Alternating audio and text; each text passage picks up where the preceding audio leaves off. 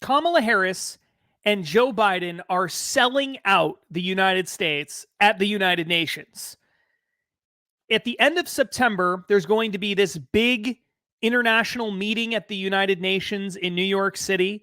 It's called Summit of the Future, and 3 huge international agreements are going to be rolled out at this Summit of the Future, and member states, including the United States, are expected to sign these agreements. As you're going to see by the time you finish with this video, they are crazy. 2 of them in particular, absolutely nuts. Absolutely nuts. No way we should be signing these agreements. And Kamala Harris and Joe Biden, they love this crap. They absolutely love it. We're going to talk about all of that. You're going to be completely filled in a way that the vast majority of Americans are not by the time you're done with this episode. We're going to go through all that and more on this episode of the Justin Haskins Show. Before we get to that, though, quick call to action. I do it every single video. If you haven't done it by now, please do it. Like the video, leave a comment, subscribe to the channel. All of these things are going to help me reach more people. The channel is still a pretty new channel. I don't put out a ton of content. I'm a busy guy. I wish I put out more. And so liking videos, leaving comments, subscribing to the channel, all of this helps me reach a lot more people than I probably should be reaching, given how many episodes I do, how infrequently I do them. But I am so grateful for the audience and how quickly the channel has grown. I really am honored that you have watched the videos, been so loyal, left so many comments, and liked the episodes. It's meant the world to me. Please keep the momentum up, though. If you haven't subscribed yet, please subscribe. It costs you nothing, just a little bit of your time, and it makes a huge impact on the channel. All right, let's get into the details of what's going on here at the Summit for the Future, Pact for the Future. These are the big things that are going on at the United Nations. On September 20th to the 23rd, the United Nations is hosting a Summit of the Future event in New York City. They're at the summit. We have member nations are going to get together and vote on 3 potential new UN agreements. Think of like the Paris Climate Agreement, for example. That was a big international UN agreement. The 3 agreements are called Pact for the Future, Declaration on Future Generations, that's number 2, and number 3 is the Global Digital Compact. That one is really scary. All 3 of these agreements have a ton of radical stuff that's in it. We're going to outline it in 3 parts in the rest of this video here. Just really crazy background information so that you kind of understand where this came from. In the COVID era, 2020, 2021, somewhere, I think it was 2021, but it started emerging in 2020. The UN Secretary General, that's the head of the United Nations, released a report called Our Common Agenda. And I've done videos on Our Common Agenda before. You can find them on the Justin Haskins channel. Our Common Agenda is completely nuts.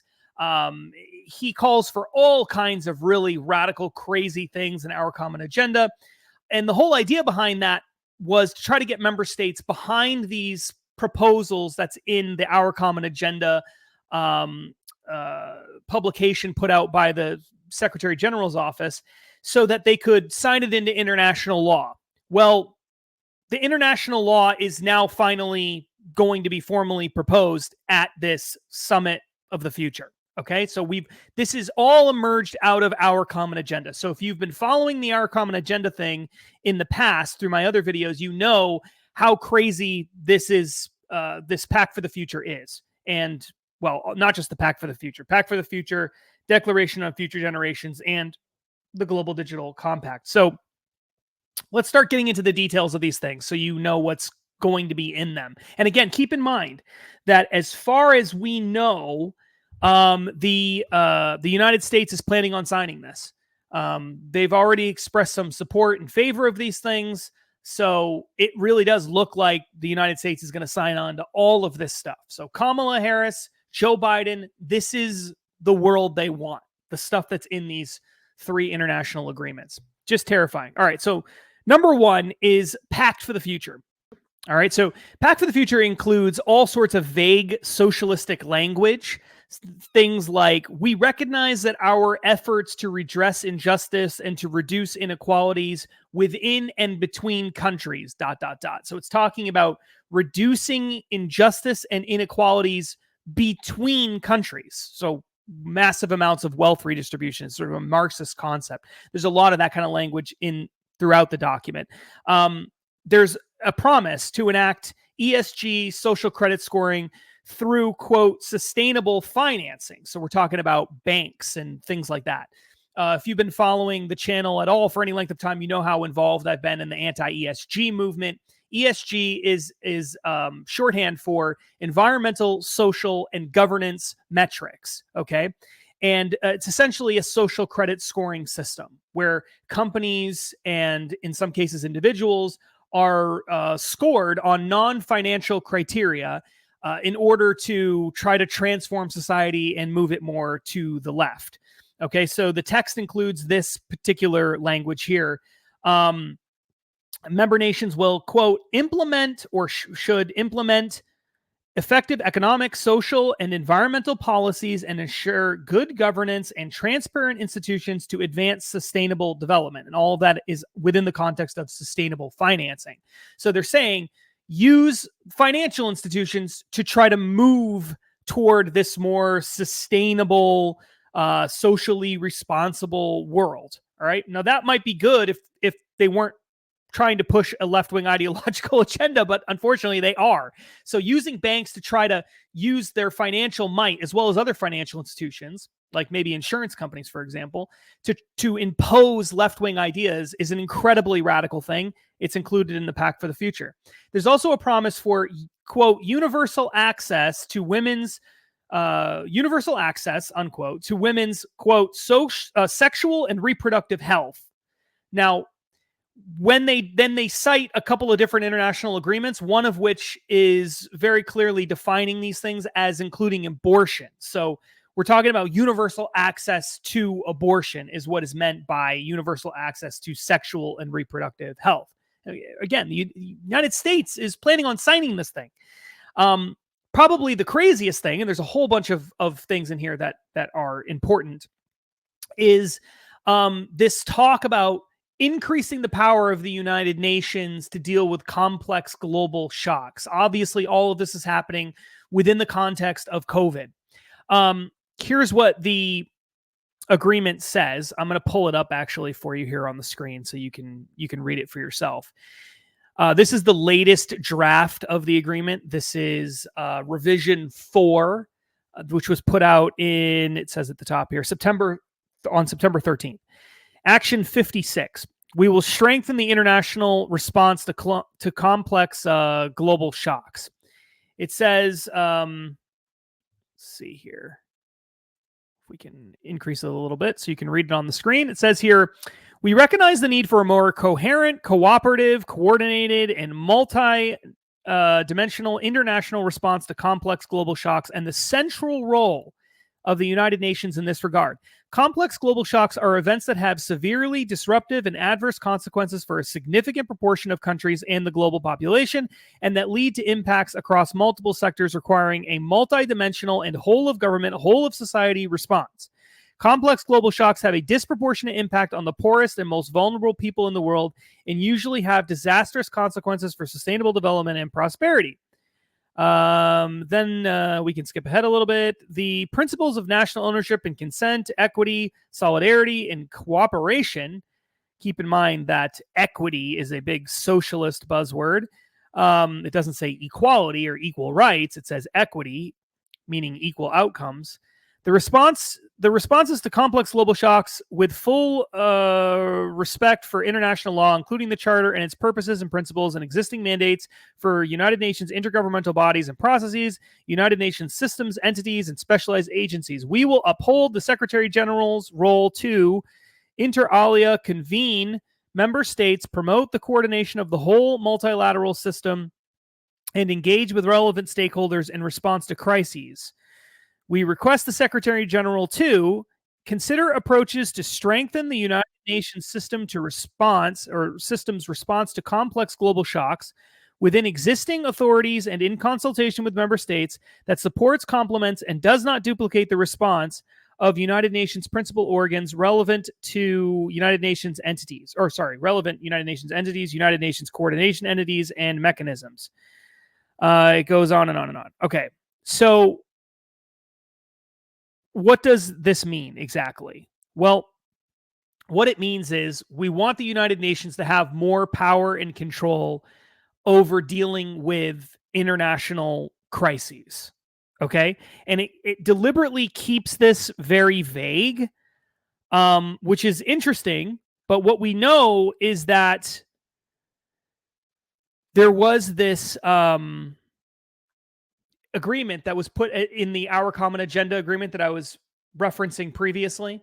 There was this document that was put out by the UN Secretary General that included a section on something called an emergency platform, which would give the United Nations massive amounts of power to the Secretary General in particular to deal with complex global shocks, which is exactly what the language is here. Now, here, the language has softened a bit, and it softened significantly. It doesn't sound like they're going to give these like quasi-dictatorial powers to the United Nations Secretary General any longer. At least that's what we're seeing right now in this latest draft. In draft 3, the language suggested that the United Nations Secretary General should have more emergency powers than what's being laid out here. But the bottom line is this. In the event of another complex global shock, a big international event, the head of the United Nations is going to play a bigger role. The United Nations should have more power. And member states that sign this agreement are saying, yeah, we should give more power to the United Nations to deal with complex global shocks.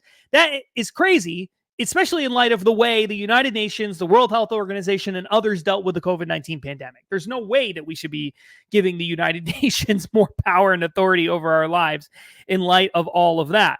Action 57 talks about strengthening partnerships to deliver on existing commitments and address new and emerging challenges. So a lot of this has to do with having the giving more power to the United Nations, having the United Nations play a greater role in advancing the Agenda 2030. How do we pump more money into all of this? These are the kinds of things that are in this Pact for the Future. So lots of vague socialistic language, promises for universal access to abortion, ESG and sustainable finance, trying to push the entire world towards left-wing goals, giving more power to the United Nations in the event of a complex global shock. All of this stuff is not good. Not good stuff, without any doubt whatsoever. Not good.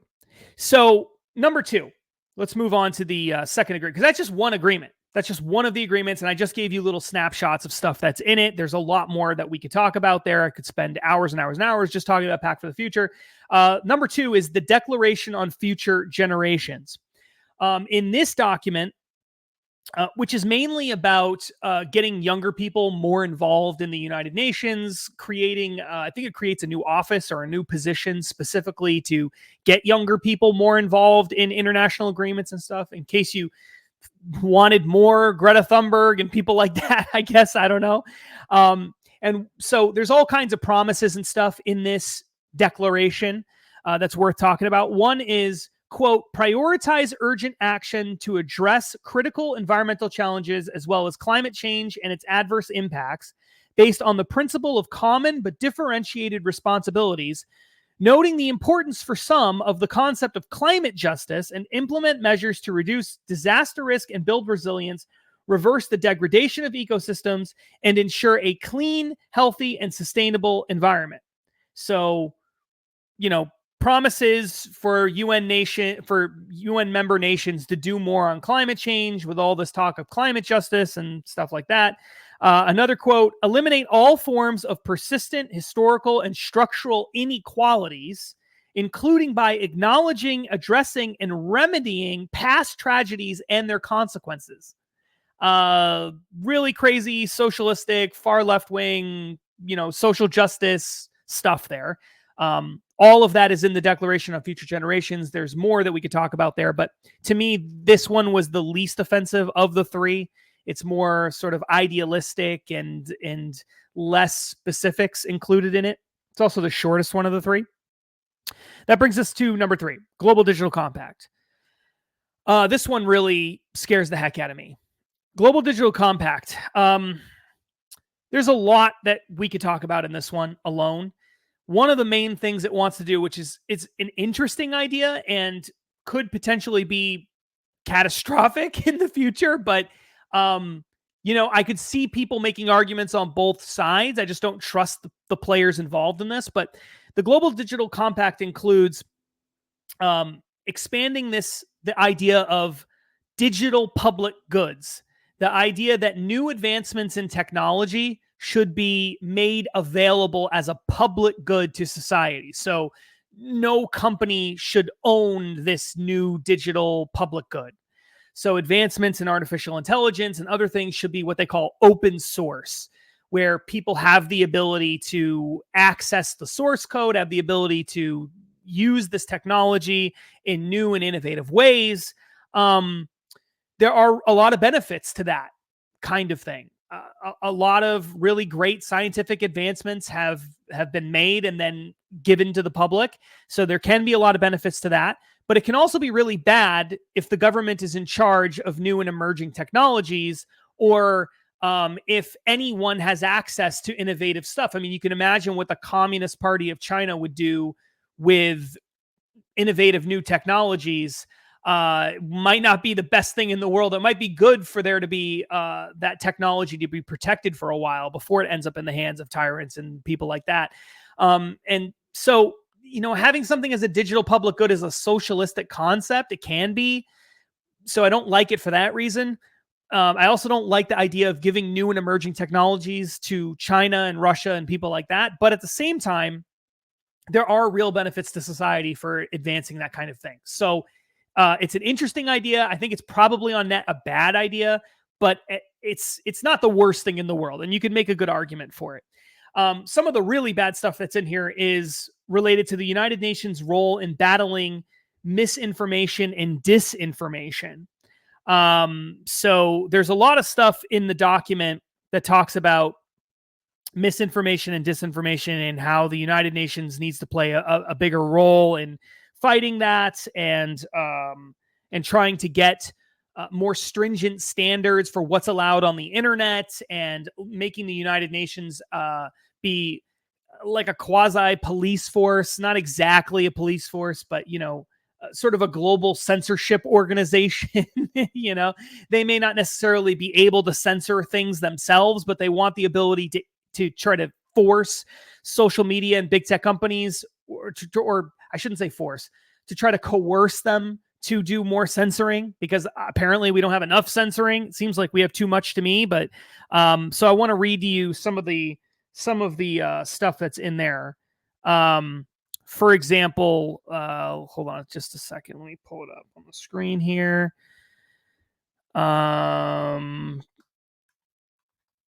Provide, promote. Okay, here we go. So here up on the screen, if you're watching the YouTube version, you'll be able to see it. So it says, we commit by 2030 to, and then there's a bunch of things in here. And one of them is provide, promote, and facilitate access to and dissemination of independent, fact-based, timely, targeted, clear, accessible, multilingual, and science-based information to counter mis and disinformation. It also says to promote access to relevant, reliable, and accurate information in crisis situations, to protect and empower persons in vulnerable situations, as well as to promote evidence gathering by UN entities in collaboration with governments and relevant stakeholders on the impact of mis and disinformation on the achievement of the Sustainable Development Goals. So what does that mean? Well, what that means is we want to do more. We want the United Nations to be fact checking misinformation and disinformation, which is basically whatever the United Nations wants it to be. There's no clear understanding or definition of what misinformation and disinformation is. And in the past, left-wing organizations, whether we're talking about COVID or we're talking about COVID, or we're talking about free speech on the internet, or we're talking about Donald Trump, or we're talking about vaccines, or there's like a million things. The origins of COVID, all sorts of stories that the left has gotten wrong and said were misinformation and disinformation. Hunter Biden's laptop, corruption of the Biden, family, like all that stuff, right? Russian collusion of Donald Trump. They've gotten all kinds of stories wrong. And they say that anyone who dismisses these things is guilty of engaging in misinformation or disinformation if they take the opposite view of the United Nations. And now what the United Nations wants to do is they want a greater ability to fact check and hire journalists and fact check and directly support certain independent journalists and media outlets and things like that. That was another part of the Global Digital Compact, so that they can battle the things they don't like, which is what misinformation and disinformation is. Now, sometimes they are battling real misinformation and disinformation. They would be, I'm sure. But there are other times where they would just, well, this doesn't really fit with our agenda, so therefore it's disinformation. And I'm deeply, deeply, deeply concerned by language like that. It's really disturbing. So not only would they be engaging in propaganda, in addition to having like a whole propaganda wing at the United Nations, it also says here that we further urgently, meaning the member states, again, including the United States, we further urgently call on digital technology companies and social media platforms to enhance transparency and accountability of their systems, including terms of service, content moderation, and recommendation algorithms, and handling of users' personal data in local languages to empower users to make informed choices and provide or withdraw informed consent. So I think that in general,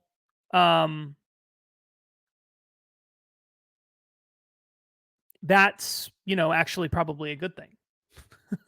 That's probably a good thing. We do want them to have more transparency in it. And if that was all that they wanted, was just to provide more transparency, then that would be fine. But that isn't all they want. Section C, call on digital technology companies and developers to continue to develop solutions and publicly communicate actions to counter potential harms, including hate speech and discrimination from AI-enabled content. Such measures include incorporation of safeguards into AI modeling training processes, identification of AI-generated material, authenticity certification for content and origins, labeling and watermarking, and other techniques. So, I mean, I think there are some regulations on AI which would probably be a good thing. I think it would be good to know when something is AI generated or not. But do I want the United Nations regulating AI to counter potential harms, including hate speech and discrimination? Or do I want technology companies being coerced by the United Nations to do these things if the UN isn't directly imposing it? No, I don't want the UN. I don't want the UN anywhere near this stuff. I don't want the UN anywhere near this stuff. I also don't want the UN to be calling on social media companies to provide researchers access to data with safeguards for user privacy to ensure transparency and accountability, to build an evidence base on how to address mis and disinformation and hate speech that can inform government and industry policy standards and best practices. Do I want that? No. No, I don't want that. And, now that I think about it, when I'm looking at the language of the thing that I said wasn't so bad earlier, I'm not so sure that I was right about that. It says here, we further urgently call on digital technology companies and social media companies to enhance the transparency. That was the part where I said, yeah, I think that would be good. And accountability of their systems. The accountability part, that's not good. And they include content moderation there and recommendation algorithms. So really not, really disturbing stuff. There's all kinds of things in this document related to artificial intelligence, data governance, privacy protections, and things like that. Some of it's good. Some of it is really, really bad. I'll put the document in the show notes for you, the most recent version they have available, so you can check that out if you're interested. But the bottom line is this. These 3 international agreements expand the power of the United Nations. They expand the influence of the United Nations when it comes to the design of artificial intelligence. That's part of what's in the Global Digital Compact. What is allowed to be said on social media platforms and on the internet. It gives them the ability to have more propaganda through strengthening independent and public media and supporting journalists and media workers. That's propaganda. That's what they're talking about there. Having a fact-checking wing of the United Nations so that people can say, this is disinformation. It's misinformation. How do we know? Oh, the fact checkers at the UN say so. Like, this is all engaging in propaganda. It's really, really dangerous. And the United States should not be supporting this. And at present, it looks like the United States is going to sign this into law. Kamala Harris and Joe Biden support this kind of crap. That's how it's looking right now. Pact for the future, full of vague socialistic language, promising universal access to abortion, calls for the UN Secretary General and the United Nations to have greater authority and or play a greater role and potentially get more resources and things like that to deal with a complex global shock. Like, do I want the United Nations involved in more complex global crises and problems like COVID? No, they did a terrible job with that. Do I want more of that? No. Do I want them trying to coerce social media companies to silence people when they disagree with the UN? No. Do I want a member state, the United States of America, to commit to, as it says in the Declaration on Future Generations, eliminating all forms of persistent historical and structural inequalities, including by acknowledging, addressing, and remedying past tragedies and their consequences? That sounds like we're committing to reparations or something like that. I mean, lots of terrible things have happened in the past all over the world, including in the United States. We're not immune to it here. But the only way that you can eliminate all forms of inequalities is to have communism. And then you end up with people dead all over the place. That's the only way to do it. There is no other way to do it. And so do I want any of these policies at all? No.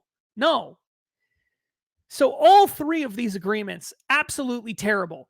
It is interesting, though. It is interesting that the text, they just released new text for Pact of the Future. I cited it earlier. It is interesting that the calls for the UN Secretary General to have more emergency powers have been softened in the latest version.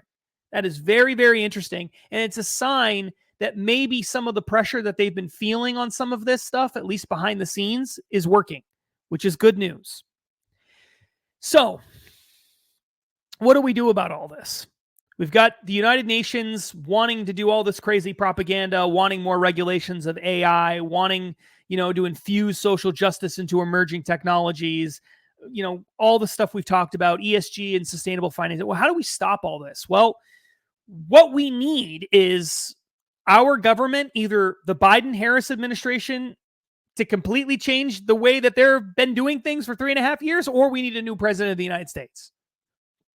That's it. State and local governments can push back against this by calling for the federal government to oppose these UN agreements. I think that would be great if that's what happened. I think states have a really important role in that. States themselves can push back against some of this stuff by passing laws that protect individual rights, that limit censorship and things like that on the internet.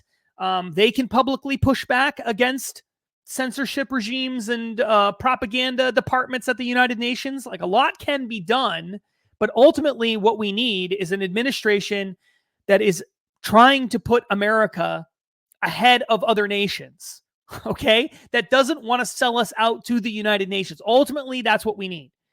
Now, hopefully, if Kamala Harris wins, she'll suddenly reverse course on everything that she's ever said and done and believed and take a different approach. But I don't know how likely that is to happen. So You figure out what the best solution is in light of that reality. All right. I know there's a lot here. I know we went over a lot of things, but if you're interested in learning more about this, I will include the link to the United Nations website so you can go take a look at the primary documents themselves. In fact, I'll pull it up right now. I'll show you how to find it. You go here to the United Nations Summit of the Future homepage here. And if you look here, it's got information about when the events are, all kinds of information about Pact for the Future, schedule of events, things like that. Down here, if you scroll down the screen to the outcome documents and letters from the co-facilitators, you can see these 3 different agreements, and you can see the latest versions of it. Make sure you click on the latest version, because as I showed you earlier, they do sometimes change in meaningful ways. And until we actually have an agreement signed, it isn't, the text isn't official. So go check all that stuff out. And go vote. Go vote in the 2024 election. We need good people in government. We need people who understand the problems and the crises that we're facing. We need people who are going to put America above all other nations, because we are, after all, Americans, and that's what our government is supposed to do. And if I was a Brazilian, I would want Brazil to do the same thing, the Brazilian government to do the same thing for me. So it's not bigoted or racist to be in favor of America being the primary responsibility and interest of the people who are elected by Americans to govern America. That's not crazy, no matter what people tell you. In the meantime, keep doing research. There's a whole lot of crazy stories out there. If you find anything really interesting, please leave it in the comment section of the video. And also, please like the video and subscribe to the channel. All these things are going to help more people see this really important information. Okay, until next time, my name is Justin Haskins. Thank you again for joining me. Please stay free.